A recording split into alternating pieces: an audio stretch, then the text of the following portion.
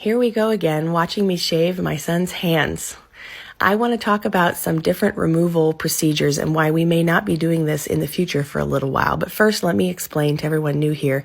This is a skin condition that's actually a genetic mutation. This is epidermolytic palmoplantar keratoderma. It's not a callus on top of our normal skin. It's not autoimmune. It's not inflamed. Has nothing to do with gut health or liver health or any of that.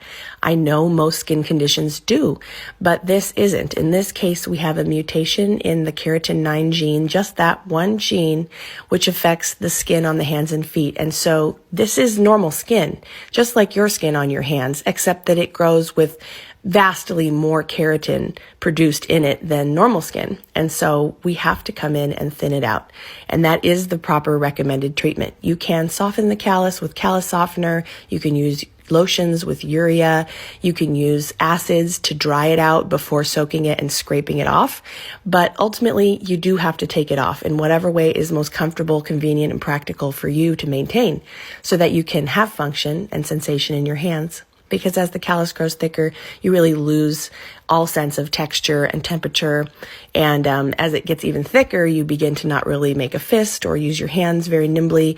And so it's really best to take it off. And yes, we have it on both our hands and our feet. In the last video where I was doing his feet, I talked about how he asked at the end if we could start doing his hands more frequently. And I have been waiting for this day. I was very excited for him to want to be taking better care of them, to lotion them on his own, to maybe start using the tools more on his own, because I've been teaching him his whole life, but ultimately he's still rather young. He's 6, almost 7, and he's rather intimidated by these sharp tools and how much he could hurt himself if he screwed up. And so he prefers to let me do it. But with him asking me to shave them more frequently comes a new challenge, which is trying to do this delicate work on thinner skin.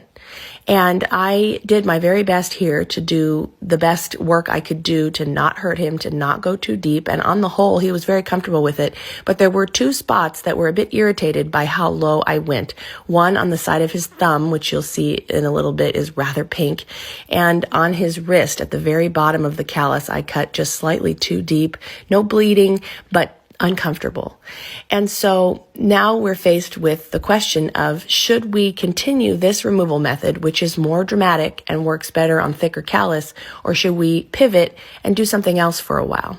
So after a discussion with him, we decided that we're going to try sanding his hands, which is one of the 2 ways that's recommended to take this skin off, since we have to take it off. Either removal with a blade, that could be a scalpel, a callus shaver, what have you, or filing it down in some way, like with a rotary sander, a high-powered rotary sander.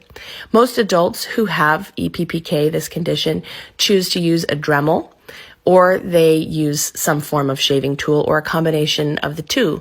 And I do not believe he's quite ready for a Dremel, but I do think he could use my nail sander, which is a high-powered rotary sanding tool, with the right bits.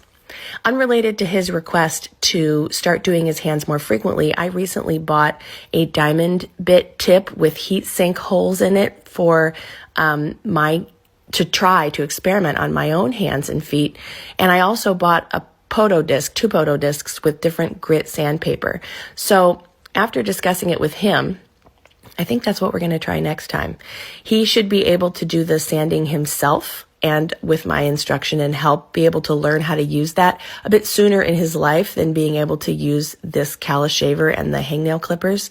And also, it will allow him to take it down more frequently without any risk of cutting too deep because the skin is thinner. So for now, this works. His hands look a lot cleaner and a lot better, and we'll be able to clean in those cracks now that they're shaved down so thin. And in the future, I think we're going to try